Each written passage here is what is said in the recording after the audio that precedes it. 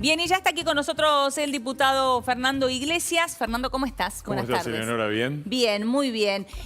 Quiero que hablemos de la vacunación, pero primero te quiero pedir una reflexión con respecto también a las imágenes que veíamos recién de 11, ¿no? Ayer repetíamos lo mismo en Flores, en Avellaneda. La gente masivamente yendo a hacer las compras, que es algo habitual en este momento del año, pero bueno, también vemos estas imágenes, estas postales de muchos comercios que no lograron abrir sus persianas y al mismo tiempo los manteros conviviendo allí tranquilamente.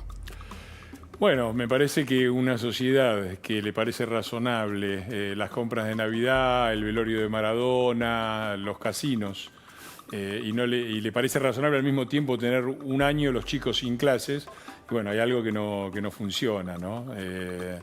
Y me parece que en ese sentido el gobierno nacional ha dado los peores ejemplos, porque cuando vos, a contramano de lo que pasa en todo el mundo, cerrás las clases durante un año y abrís los casinos, estás dando un mensaje y habilitás el velorio de Maradona, con el presidente hablando por megáfono, todo ese desastre que organizaron, me parece que das un mensaje que no ayuda precisamente a ordenar. Y déjame decir algo también, si es posible, de la otra cosa que mostraste, otra postal terrible, la vuelta de los cortes, ¿no? Claro. Yo recuerdo, cuando nosotros empezamos nuestro gobierno, la tarifa cubría el 25% del consumo y el resto eran impuestos. Sí, claro. Nosotros entregamos el gobierno con la tarifa cubriendo el 88% del consumo. Y quizás eso nos costó el gobierno, porque mucha gente desconforme decía, me subieron para... Estoy pagando mucho ahora Estoy pagando de luz. mucho para... Bueno, es lo que pasa en todo el mundo, que los consumos se pagan, porque de alguna manera se pagan, si no los pagas vos, se paga con impuestos. Exacto. Y si no se paga con desinversión. Y ahí tenemos, esto sí que volvieron mejores, los cortes de luz Néstor Kirchner, que nosotros habíamos logrado reducir a menos de la mitad. Que ahora fueron muy rápidos, ¿no? Porque cualquier entendido en cuestiones en materia energética decía, esto va a suceder, se vienen los cortes de nuevo, pero sobre todo visoraban el verano próximo, ¿no? No, pero puede haber un ingrediente accidental, que es el corte en una central o algún incendio o eso. Pero eso indica claramente la existencia de falta de inversión sobre la infraestructura. Nosotros no por casualidad habíamos logrado reducir los cortes a menos de la mitad, ¿no? Bueno, ahí están las consecuencias, porque a veces nos cuesta, me parece que es una ciudad a la que a veces le cuesta no darse cuenta que los ahorros de hoy son ahorros de corto plazo y que se pagan muy caros en el largo plazo. Totalmente. Esto es una de las postales de la Argentina, los cortes de luz lamentablemente es otra de las postales, pero ahora quiero meterme con el tema de la vacunación porque allí creo que también hay una postal que es que solemos anunciar las cosas con bombos y platillos, decir, vamos a tener prioridad en la vacuna de Pfizer, aquí están los voluntarios en la Argentina, se está trabajando en el hospital militar, dando fechas, precisiones, y nada de eso sucedió. Que este gobierno es el campeón mundial de los anuncios. La epopeya de las vacunas arrancó diciendo que en aquellos momentos en que parecía que habíamos controlado la pandemia y que el mundo nos miraba con admiración, no sé si se acuerdan, el mundo nos había elegido para las primeras pruebas de las vacunas, porque a través de esas primeras pruebas íbamos a tener un acceso preferencial y bla, bla, bla, y anuncios de esto, y anuncios de los viajes épicos como ahora de Aerolíneas Argentinas. Yo no sé qué tiene de épico en pleno siglo XXI un viaje por avión de Moscú a Buenos Aires. Si me lo explican, yo se los voy a agradecer mucho. Espero que no sea como el viaje a China, que todavía estoy esperando que me contesten el pedido de informe para saber qué fue lo que trajeron, porque los testeos fueron insuficientes. Bueno, anuncios épicos y épica, para eso somos mandados a hacer. Y después la realidad es que vos agarrás los números, y no te digo Suecia, te digo Brasil, México, ya compraron alrededor de 200 millones de dosis de vacuna. ¿No? Chile, 84 millones de dosis para una población menor a 20 millones, o sea, tienen 4 dosis por habitante. Nosotros estamos viendo con tono épico si el comandante Viró de Aerolíneas Argentinas nos trae 300.000 dosis. Mientras el avión se les atrasa, no llega, va, viene, lo suspenden, pero después no lo habían suspendido. Un nivel de falta la verdad de que de esa mesa de anuncios que vimos una vez, la más seria y responsable era la payasa Filomena. Bueno, y hablamos en este caso de las 300.000 dosis de la Sputnik V, ¿no? De una vacuna que todavía genera dudas porque todavía falta muchísima información con respecto a la vacuna rusa, pero quiero volver a la vacuna de Pfizer, lo que hablábamos hace un ratito con Jorge Liotti, y esta cláusula que se agregó en diputados justamente, ¿no? Que según parece, generó la marcha atrás que estamos viendo en este momento. Bueno, lo que se agregó en diputados fue lo que nos propuso el gobierno y a nosotros aún pagando un costo político, porque muchos nos dijeron cómo no protegen a los ciudadanos. Y nosotros accedimos en el apuro y en la premura de tener la vacuna. Aclaro que esa cláusula que nosotros firmamos no es que hace que los ciudadanos queden indefensos, es el Estado el que no puede reclamar y los tribunales, lo otro que establece que son los tribunales, son no los de Argentina en el caso de un reclamo, sino tribunales extranjeros, cosa que me parece absolutamente razonable considerando lo que es la justicia Lo que argentina. dice entonces, digo, para aclarar a la gente, lo que dice esta cláusula que se incorporó en diputados es que el Estado argentino no podría reclamarle al laboratorio en el caso... Todos los laboratorios han pedido a todos los Sí. estados, incluidos Estados Unidos y la Unión Europea, unas cláusulas de resguardo. ¿Por qué? Porque están yendo sobre los límites de la velocidad Claro. para entregar lo antes posible y es razonable que sea así porque el riesgo de seguir postergando es mayor que los que presentan la vacuna. Eso es lo que están haciendo no en cualquier lado, en Estados Unidos y en Europa. Entonces nosotros más o menos encaramos la normativa por ese lado. ¿En qué sentido se trabó con Pfizer? Es algo que tiene que explicar el ministro. El día anterior Sí. al tema de las vacunas y a Putin declarando que mayores de 60 no se la podían aplicar, otro papelón, Sí. porque era el presidente que había dicho yo me la voy a dar primero. El día anterior yo hice un pedido de informes a Ginés González García para que viniera a explicar las cosas. Eso se agravó con las complicaciones de la vacuna rusa y se agravó ulteriormente con lo de Pfizer, que no queda claro para nada cuál es el problema que hay, si es eso, si es un problema relacionado con el transporte o alguna otra cosa. Tratándose de este gobierno, yo suscribo, y ya lo he dicho, las sospechas de corrupción que levantaron tanto Cornejo como Patricia Bullrich. Y hoy el diputado Petri, de Juntos por el Cambio, radical Sí. de Mendoza, presentó la propuesta de que haya una comisión bicameral de seguimiento, no solo de lo que pasó, sino de lo que está pasando con la vacuna. Porque en esto tiene razón el general. El general decía que el hombre era bueno, pero que si se lo vigilaba era mejor. Yo no sé si se aplica al hombre, pero a los gobiernos y a los gobiernos peronistas, si los vigilamos, mejor. O sea que suscribís con estas sospechas de corrupción que dejó entrever Alfredo Cornejo en su momento. Yo creo que tenemos todo el ¿Crees derecho... que esto esta marcha atrás puede tener que ver con esto? ¿Estas condiciones inaceptables de las que hablaba Ginés González García pueden en algún punto tener que ver con esto? Lo tiene que explicar Ginés, tiene que venir el ministro, tiene que venir de una vez, tiene que explicar el ministro que dijo que el coronavirus no iba a llegar, que en el verano no circulaba, que probablemente aconsejó al presidente a decir esa barbaridad que tomaran té caliente. Bebida caliente, sí. Bueno, de todas estas barbaridades y atrocidades, el que dijo eran 10 millones de vacunas, íbamos a vacunar a 10 millones de personas en diciembre y otras 10 millones en enero y febrero, y no sé qué, y estamos viendo si son 300.000, pero no sabemos si son 300.000 o 150.000 porque hay que darle dos. Claro. Realmente, ¿no? Realmente. Y solo con la vacuna rusa, por una concepción además ideológica de la cosa, porque todos los gobiernos, sin importar si son neoliberales de derecha o revolucionarios y acaban de bajar de Sierra Maestra, todos los gobiernos hicieron una cosa razonable, que es tratar de abrir un abanico y poner un huevo en cada canasta, de ir viendo, ¿no? Uno acá, otro allá, Bueno, por eso Chile tiene 80 millones de vacunas, México y Brasil tienen 200 millones cada uno, y nosotros estamos viendo si el comandante Viró de Aerolíneas Argentinas tiene la amabilidad de traernos 300.000, que no sabemos si van a ser para vacunar a 300.000 o a 150.000 que van a llegar en la Navidad, así que se bajan los pilotos y van derecho al arbolito. Digo, este nivel de desgobierno y de falta de gestión tan tremenda, ¿no?, que están mostrando. Ahora, esto con respecto a la de Pfizer, pero ya que mencionás la Sputnik V, que va a salir del avión en el día de hoy, ¿confías en la vacuna rusa? Yo no confío. A ver, desde el punto de vista técnico, los rusos en muchos sectores están a la vanguardia, incluido eso. El laboratorio es muy prestigioso, tiene premios Nobel. Ahora, yo confío en el laboratorio, no confío en el gobierno ruso, ¿no? Es de esta semana la noticia del científico ruso, justamente de este sector, que apareció se cayó de un piso 14 con una puñalada, además tenía una puñalada. Yo no confío en la transparencia del gobierno de Putin y no confío en la transparencia transparencia de nuestro gobierno y en la capacidad de control, con todo el respeto por la gente del ANMAT, que sé que hay muy buenos funcionarios, pero no confío en este gobierno, ¿no? De manera que yo no pienso, y no estoy dando un consejo ni nada, cada cual es dueño de sí mismo y de decidir. Yo no me pienso dar ninguna vacuna que no esté antes avalada o por la Unión Europea o por los Estados Unidos de América, que tienen agencias serias. La vacuna rusa ni siquiera la sometieron... ¿Y si tiene el aval del ANMAT, no te es suficiente? Ni siquiera la llevaron la vacuna rusa a Estados Unidos y a la Unión Europea. ¿Por qué motivo? Yo no lo sé. Y me parece que aquí no hay un problema ideológico. No es porque además, ¿qué problema ideológico puede haber con Rusia? Hoy es uno de los países más capitalistas salvajes del mundo. Digo, es un absurdo. Lo que sí sé es que es un gobierno dictatorial, poco transparente, en el cual yo no confío y no voy a poner...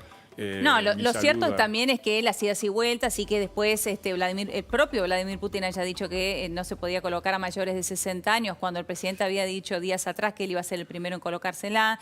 Después se habló de la posibilidad de enviar al exterior la Sputnik Light, ¿no? Una vacuna con menor graduación, si se puede decir de esa manera. Digo, ese tipo de cuestiones son las que generan dudas, además de las cuestiones científicas que no han sido publicadas, ¿no? Sí, que aparte es coincidente con lo demás. Claro. ¿Cuál es la razón para que un laboratorio que tiene una vacuna eficiente, comprobada, que cumplió con todas las fases, de renunciar a los dos mercados más ricos del mundo, que son Norteamérica y Europa? ¿Cuál es la razón? Yo no sé, pero como dijo la jefa, no tengo pruebas, pero tampoco tengo dudas. Bueno, ya que mencionas a la jefa, como decís vos, digo, a Cristina Fernández de Kirchner, la vicepresidenta de la Nación, quiero ir con lo que dijo en el acto de La Plata, ¿no? Hoy para tortura me trajiste. Bueno, tantas cosas que dejó allí, ¿no? Pero que habló nuevamente de los funcionarios que no funcionan, pero en este caso lo que dijo fue: si no están para este cargo, vayan a buscar laburo, vayan a buscar otro laburo. Claramente dijo eso. Y estaba pensando en, ¿cuáles crees que son los ministros a los que la vicepresidenta hacía referencia? Buscate un laburo honesto, nos gobierna Papo, en la mesa de Mirta Legrand. Bueno, qué nivel. A mí me parece que está dirigido principalmente a una sola ministra, que es Lozardo. Porque yo no he visto que Cristina se haya manifestado ni sobre la economía, ni sobre el coronavirus, silencio. No Ginés González García, vos decís que es Lozardo. Nunca. ¿Vos la escuchaste hacer alguna declaración en este año de pandemia y crisis económica sobre la economía, sobre la cuestión sanitaria? De lo único que ha hablado es de la justicia, es decir, de su impunidad. Y me parece que el reclamo está puesto... Su propia agenda, es cierto. Lo que está saltando por los aires, yo creo, es el pacto fundacional de este gobierno, que es un pacto de impunidad entre Cristina y Alberto. ¿Cuál es la promesa de Alberto? Yo voy de presidente, vos déjame a mí, sin romper el sistema, forzando por acá, metiendo un procurador por el otro lado, convenciendo a la oposición de que nos voten tal procurador. De alguna manera te la vamos a ir enderezando. Eso termina en cuando la boca de la veridad del kirchnerismo, que es Luisito Delía, dice: o cambiamos la Corte Suprema o en febrero Cristina va presa. No es tan así, pero lo que ha pasado es que hay fallos en los últimos... Hoy sale el de debido, pero hace poco salió... El de 11, ¿no? Vamos a aclarar. El de 11, sí. La constitucionalidad de la figura del arrepentido, decisiva para los juicios de Cristina. Un golpe para Cristina. Decisiva. El fallo de Vudú, la confirmación de la prisión de Cristina, ¿qué es lo que está viendo? Que la única forma de garantizar su impunidad es romper el sistema e ir por Cristina Eterna, una nueva versión, controlar la justicia electoral. Están avanzando con Ramos Padilla en la provincia de Buenos Aires. Metieron a abogado que viene del lado de Mansur en la justicia electoral general. Ellos van a controlar la justicia electoral para garantizarse un resultado electoral en el 2021 y el 2023, y van claramente por Cristina Eterna y por romper el sistema jurídico, por ejemplo, con la ley que permite nombrar al procurador con mayoría simple.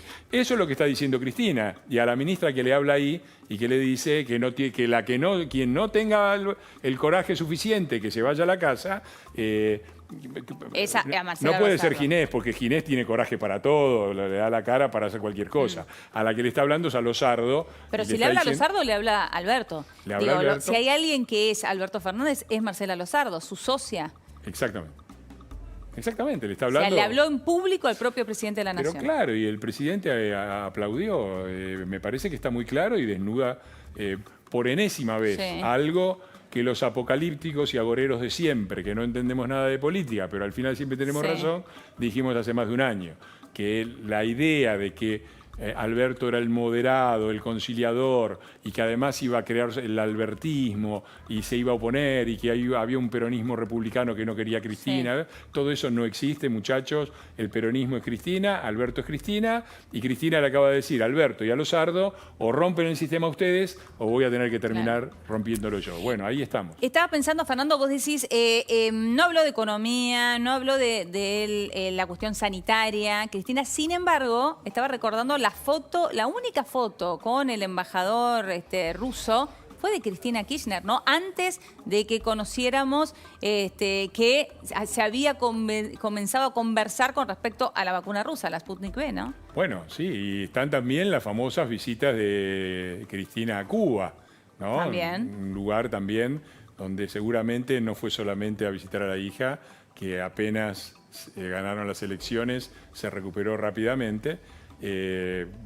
Directamente, para mí, tienen que ver con contactos políticos del mayor nivel, con todo ese sector, que ni siquiera se alinea ideológicamente en el sentido de derecha-izquierda, porque Putin no es la Unión Soviética, es Claro. el eje de las dictaduras. Y vos tenés dictaduras de tipo comunista o socializante como Venezuela o Cuba, tenés dictaduras teocráticas como Irán y tenés dictaduras puras tipo Claro. el zar de las Rusias, que es Putin. Pero digo, Están todos pero juntos. detrás de esas decisiones, digo, ¿no crees que está también Cristina Kirchner? Pero no me cabe ninguna duda. Y esto creo que Porque es... ella no se pronuncia en cuestiones sanitarias, no se pronuncia con respecto a las vacunas, pero seguramente tendrá su opinión, Es ¿no? muy razonable pensar que primó esa relación Acá tenemos la personal. foto, perdón, acá tenemos la famosa foto que después hizo sentido. Sí, sí. En un comienzo, bueno, la vimos, trascendió, pero después tuvo un sentido mucho más claro y más fuerte. Sí, sí. Bueno, creo que ahí hay una lección también para todos, para nuestros ciudadanos y para nuestros dirigentes, que muchas veces subestiman el problema de las relaciones internacionales. Yo escuché decir, cuando se organizó el G20, el G20 en Sí. Argentina, que bueno, que al final eran fotos y que no servían para nada y que era mucho gasto y que para qué y eso que tenía que ver con la salud y las condiciones de vida de la gente. Bueno, ahí tenés, si vos tenés una serie de alianzas internacionales cuyas opciones son Cuba, Venezuela, China, Rusia e Irán, y bueno, después te tenés que aplicar la Claro. vacuna de los rusos, ¿no? Claro. La Sputnik. Claro. Vuelvo a este momento que encontró nuevamente a Cristina y Alberto juntos después de tanto tiempo y pensaba, bueno, esta frase que decimos todos, que es que los trapitos sucios se lavan en casa, ¿no? Que no se hacen públicos como se han hecho en este momento. ¿Cómo sigue una coalición después de esto? Bueno, ellos no creo que tengan demasiado problema, porque a nosotros, tu sorpresa es la sorpresa del neurótico ante el psicópata. Sí. Vos decís, ¿cómo hacen esto? ¿Cómo puede ¿Cómo ser? es posible? Cuando ves, viste, las películas de Hannibal, ¿no? Sí. El que está, comiendo el cerebro durante la cena. Sí. Sacando las enormes diferencias, es eso, es decir, ¿cómo puede hacer esto? Bueno, las cosas que nosotros no nos parecen inaceptables, vos decís, porque si vos estuvieras o yo estuviera en el lugar, yo me pregunto en el lugar de Alberto, ¿para esto quería ser presidente? Realmente, porque la ambición de ser presidente de la nación, Sí. a todos nos va, si nos colgan la bandita, Claro, por vamos todos. supuesto. Pero para esto, pues, yo me quedo en mi casa. Yo igual te la regalo, ¿eh? No, por eso, no, gracias. Por eso. Y en una situación así, cualquier persona razonable renunciaría. Pero esto viene, recordemos cómo empezó esto. Esto empezó cuando Cristina puso como títere en la Casa Rosada, mientras mantenía el control del poder en su departamento de La Recoleta, a un señor que una semana antes, públicamente por televisión, había dicho que Cristina tenía que ser candidata o se tenía que ir a la casa, porque él no quería ver que el peronismo repitiera los viejos errores, se refería a Cámpora al gobierno, Perón al poder, no quería ver la repetición de los viejos errores y ver un títere en la Casa Rosada y a Cristina gobernando desde La Recoleta. Bueno, a la semana siguiente fue él. Entonces, un tipo que hace eso y de alguna manera va a poder seguir en el gobierno y van a seguir transando, quizás alguna vez se peleen, no se puede saber porque es así, son impredecibles. Digo, nosotros, yo aprendí dos cosas, Eleonora, sobre estos muchachos, que conviene siempre pensar lo peor y conviene siempre saber que nos vamos a quedar cortos, porque no logramos imaginarnos lo que van a hacer. Cuando salen con una cosa así nos sorprende. Claro. Ahora, Fernando, ¿cuál es el rol de Sergio Massa en este frente? Digo, porque la verdad que nos centramos mucho en Alberto y Cristina, obviamente son el centro de la escena, pero ahí está Sergio Massa también, ¿no? Sí, el rol de Sergio Massa es el de siempre, el que convenga, el que le marquen las encuestas para acomodarse y para sacar una ventajita. Ese es el de siempre, siempre ha jugado ese rol. Otro más, digo, vos podés concebir que alguien que diga yo no les tengo miedo, los voy a meter presos, sí, los ñoquis de la cámpora y todo eso, bueno, ahí andan transando con Máximo Kirchner en la Cámara de Diputados, con lo que hemos tenido, una parte de este avance contra la democracia, una parte importante ha sido el avance contra el Congreso, reducido a una especie de masa paluzza, a un festival digital en el cual fue muy difícil poder resistir los embates del gobierno. ¿Y Máximo? ¿Qué rol realmente tiene Máximo Kirchner? Es difícil decirlo. Lo vimos hablar el otro día en público, frente a su madre. Pocas veces vimos eso, ¿no? Bueno, a mí me parece un chico extremadamente limitado. Hay que escuchar los discursos de cierre que hace. Yo los cargo a los diputados kirchneristas, les digo, por favor, mándenos de nuevo a Rossi. Porque por lo menos Rossi hablaba, tenía un contenido político. Yo estaba completamente en desacuerdo con Rossi, pero decía algo. Los discursos de Máximo son penosos. Y no me parece que Máximo es, le hago un poco de publicidad a mi libro, la representación perfecta del carácter medieval, feudal del poder. Porque, digo, es el presidente del bloque de diputados más importante del país. Claro. ¿Qué mérito hizo hasta ahora? ¿Cuál ha sido su carrera académica, política, en la sociedad civil, deportiva? Algo, que yo, Scioli corría con lanchas, es algo. Máximo, ¿qué hizo? Vos ¿no? decís nada más allá de ser el hijo de la mamá, Néstor o Cristina. pero es un sistema de sucesión medieval, donde la reina designa al hijo como el candidato designado a la presidencia. Primero pone al virrey para que administre hasta que las cosas se calmen un poco y después ya tiene lista la sucesión con el príncipe heredero, que es un chico que, pobrecito, la verdad es que no tiene ningún mérito, ninguno, nada. Es difícil opinar sobre él porque no se sabe qué es ni lo que piensa. Cada vez que abre la boca no hace más que repetir los refritos típicos del kirchnerismo, pero bueno.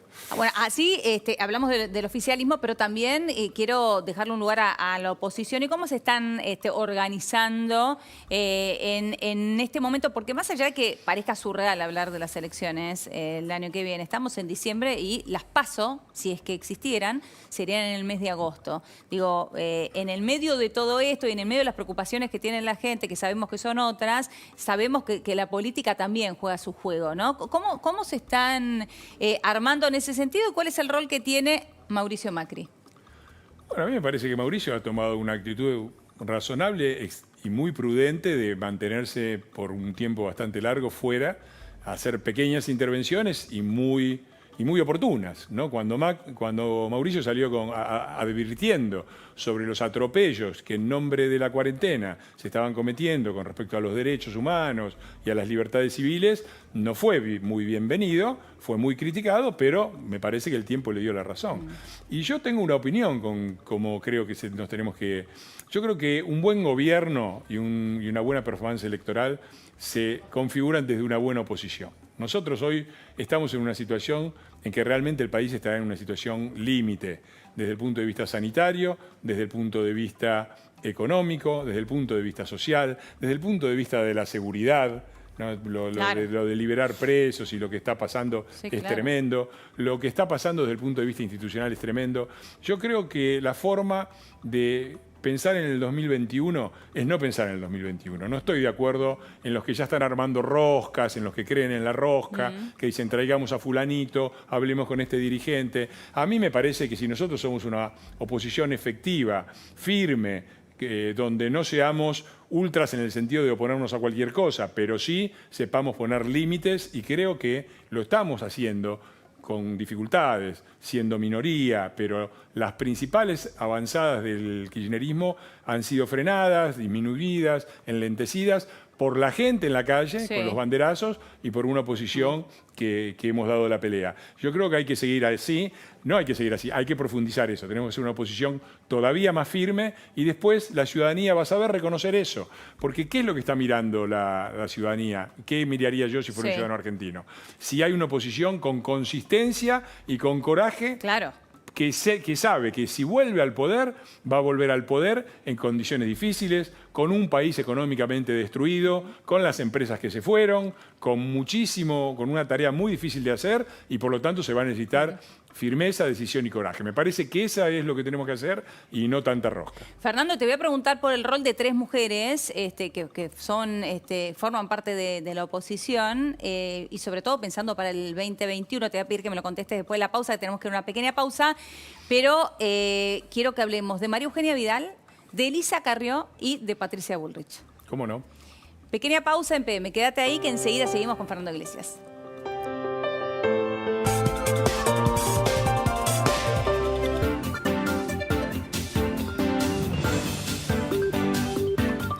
Bueno, muy bien, y aquí seguimos con Fernando Iglesias, diputado de Juntos por el Cambio. Fernando, gracias por aguardar este tiempito. Estábamos hablando ahora del rol de la oposición y sobre todo centrado en 3 mujeres. Me gustaría que vos digas, bueno, ¿cuál es el rol que imaginás para ellas en el 2021? Mira, empezamos con María Eugenia Vidal, ya que la tenemos aquí. Bueno, María Eugenia me parece que yo tengo varios desacuerdos con ella con respecto al diagnóstico, pero reconozco su honestidad y que ha sido claramente la mejor gobernadora de la provincia de Buenos Aires en décadas. Y me parece que está muy bien, y yo creo que no solamente yo, sino que todos queremos verla en la lista del PRO de la provincia de Buenos Aires, encabezando, porque me parece que su liderazgo es muy importante para la provincia. Está guardando mucho silencio, ¿no?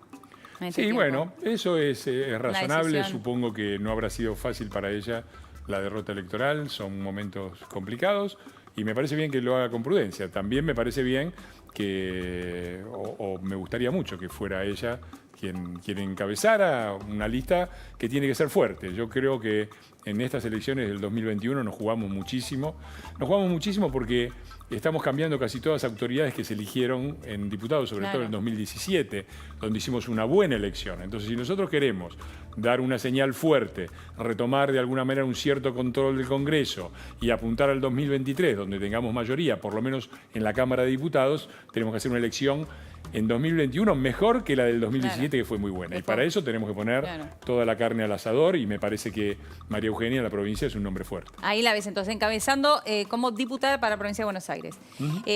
Hablábamos de Elisa Carrió también. ¿Cuál crees que ese rol que tendrá Elisa Carrió? Pues ella dijo, me retiro de la política, ahora está de vuelta en escena.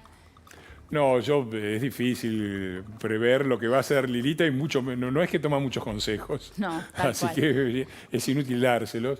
Yo he tenido también últimamente algunos desacuerdos con ella, pero siempre digo lo mismo. Carrió tiene muchos defectos, pero sus virtudes siempre son mayores a sus defectos, así que es una dirigente muy importante de Juntos por el Cambio, y también yo por lo menos quisiera verla estar en el 2021. O sea, ayudaría a que se sume, decís. Me parece que sí, parece haberlo anunciado de alguna manera, que va a volver, que está mejor de salud, que va a volver.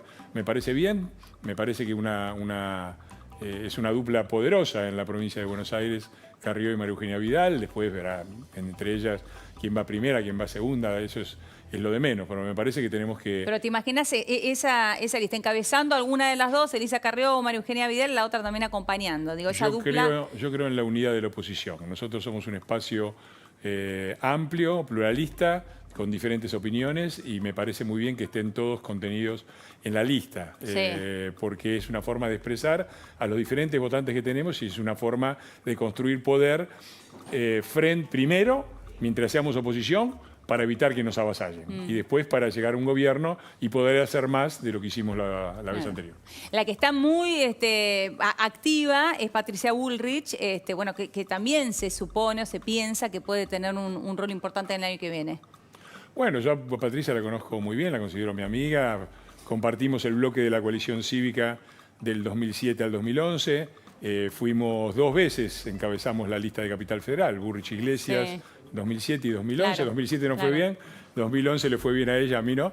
Pero me parece que es una dirigente de gran valor y me parece que ha expresado muy bien a una parte muy importante de la sociedad argentina y de nuestro electorado. Yo siempre digo que Juntos por el Cambiemos y Juntos por el Cambio no son otra cosa que la expresión política, institucional, de una rebelión antipopulista que recorre la Argentina. La rebelión contra la 125, la rebelión contra el crimen de Nisman, la rebelión contra Cristina Eterna, la rebelión contra los avasallamientos de la justicia, la rebelión de los banderazos. Y me parece que Patricia ha sabido interpretar esta parte que es sumamente importante en los 2 sentidos, en la unidad y en la oposición, porque nosotros tenemos que ser unidad, pero tenemos que ser unidad de la oposición. Claro. No nos sirve una oposición dividida y tampoco nos sirve una unidad para hacer un cogobierno de un gobierno desastroso. Claro. Me parece que Patricia es una de las dirigentes que mejor ha comprendido ese doble desafío.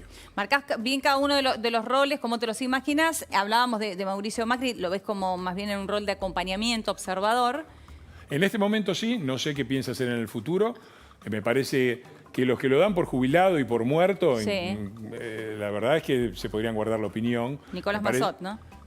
No importa Sí. a quiénes, me parece que es irrespetuoso. Me parece que es el presidente que se fue con el... Es el primer presidente no peronista que termina su mandato desde 1928. Quizás haya un mérito en eso. Es el primer presidente que encabeza una corrección macroeconómica, llama al ajuste si querés, Sí. corrección macroeconómica monstruosa, ¿no? De 7% de déficit fiscal a la mitad, de 5% de déficit primario a 0,5%, esa corrección macroeconómica sin que el país estallara por los aires. Sí, está bien, no fue una fiesta los 2 últimos años, No, lo claro, sabemos. fue difícil, fue muy difícil. Pero sí. tampoco fue el Rodrigazo, tampoco fue la hiperinflación, tampoco fue el 2001, ¿no? Y se fue con el 41% de los votos, ¿no? Con Macri. Entonces me parece que hay que mantener un cierto respeto y me parece el que tiene que decidir cómo quiere jugar es Mauricio, porque su carácter de expresidente lo pone en un lugar especial, Claro. por ejemplo, el que puede elegir ser alguien en el 2023 sin participar necesariamente en el 2021, ¿no? ¿Y Horacio Rodríguez Larreta? Me parece que Horacio es un excelente gestor. Fue, además, no de ahora, que Sí. es el jefe de gobierno, lo fue también cuando era el que Vicejefe. manejaba, el que manejaba prácticamente gran parte de la parte organizativa del gobierno de Mauricio. Claramente, él tiene una visión mucho menos crítica que la que yo tengo con respecto al peronismo, al kirchnerismo y a la actitud que frente a ellos tiene que tener la oposición. Pero repito, nosotros tenemos que expresar a la mitad de la Argentina que tiene un acuerdo muy fuerte con respecto a ser un país normal, integrado al mundo, con transparencia, con lucha contra la corrupción. En eso estamos completamente de acuerdo con Horacio y por lo tanto, no sé, en estos 4 años que faltan se decidirá nuestro espacio, y cuando digo nuestro espacio me refiero primero al PRO, pero también a la coalición cívica y al radicalismo y a los que se incorporen, quién es nuestro candidato a presidente, y si el espacio decide que sea Horacio, por supuesto que va a tener todo mi apoyo. Esa visión menos crítica que marcás del jefe de gobierno, ¿crees que es una visión más bien tibia? Yo no utilizaría la palabra tibia. Me parece que Horacio defiende lo que él cree con la misma convicción que yo defiendo lo que yo creo. Y no me parece que haya en eso tibieza. Me parece que también hay un elemento de responsabilidad institucional. Una cosa Y de es ser... gestión. Pero es una cuestión de roles. Sí. Yo creo que la Argentina tiene... Uno de los problemas que tiene a veces la sociedad argentina es que interpreta todo en temas personales, ¿no? Es cómo es uno y cómo es otro. Hay una cuestión, además de eso, que es cierto. Claro. Yo claramente soy una persona más emocional que Horacio, pero también una cuestión de roles. Yo soy diputado.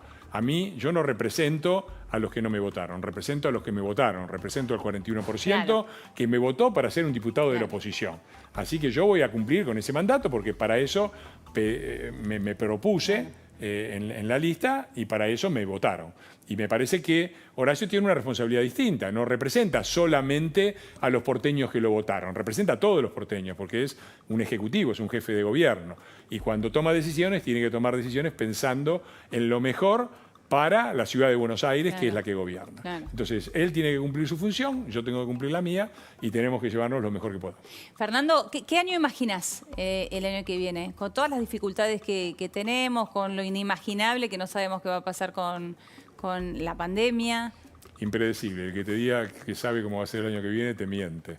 Me parece que tenemos serias dudas con respecto a todo, porque la situación es de por sí compleja, Sí. el mundo es un mundo complejo, complicado ulteriormente por esta pandemia, que es una experiencia increíble a nivel global. Yo creo que es la primera vez que la humanidad de conjunto, creo que África es lo único que se quedó relativamente afuera, Sí, sí. pero la humanidad de conjunto está atravesando una experiencia común, ¿no? Un relato, una historia que compartimos desde China hasta acá. Todos hemos pasado por la pandemia, por la cuarentena, por salir, por estar encerrados, por lo digital, por el cambio en nuestras condiciones de trabajo.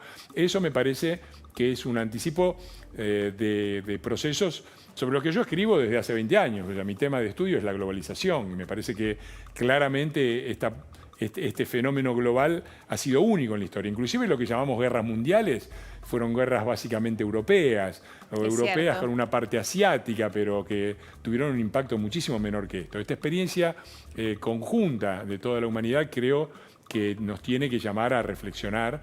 Aparecen problemas globales que necesitan soluciones globales. Las soluciones globales tienen que ser institucionales, hay que mejorar, no podemos tener una Organización Mundial de la Salud que sea el esperpento que tenemos, y la solución no es destruirla, porque no tenemos otra cosa, ¿no? Yo en mi casa, si la heladera se rompe y tengo otra heladera, la tiro, pero si tengo esa heladera sola, La la arreglo, ¿no? claro. Nosotros no tenemos 20 organizaciones Claro, mundiales, sí, sí, tenemos sí. una, Sí. y si la reemplazamos, la va a reemplazar por una igual. Entonces lo que hay que hacer es arreglarla, mejorarla, democratizarla, hacerla más participativa. Los países del primer Estados Unidos, que se Sí. queja del dominio chino sobre la Organización Mundial de la Salud, y tiene razón en quejarse, se queja de sí mismo, porque los que abandonaron la ONU y los que dijeron que no servía para nada y que la Organización Mundial de la Salud no servía Sí, para fue nada. el propio Estados Unidos, Fueron los claro. propios Estados Unidos. Los Estados Unidos tienen que volver a esa tradición, la vieja tradición americana. La ONU se creó no en cualquier lado, se creó en San Francisco,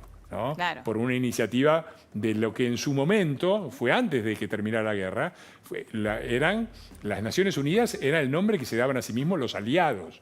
Es decir, eso está en el corazón mismo de la ONU, la impronta estadounidense. Me parece que esto merece una fuerte reflexión por los líderes políticos de todo el mundo y también de nosotros, los ciudadanos. Nosotros tenemos que exigir, así como exigimos democracia y federalismo a nivel Sí. nacional, tenemos que empezar a exigirlo a nivel global, porque hay ciertos fenómenos, como una pandemia, que acontecen a nivel global. Claro, lo que pasa es que cuando no tenemos solucionado lo interno, digo, es difícil pedirle a la gente más, ¿no? Pero es relativo eso, porque vos pensá el mundo como Sí. si fuera un país, Sí. ¿no? Un país mínimamente organizado hubiera detectado mucho más rápido, tendría sistemas de alerta temprano para casos de pandemia, hubiera detectado que en una provincia, en China, en Wuhan, había un problema, la hubiera aislado, bloqueado, hubiera establecido medidas comunes y discutidas entre todos. Bueno, eso es lo que se necesita hoy a nivel mundial, porque el nivel de complejidad de la sociedad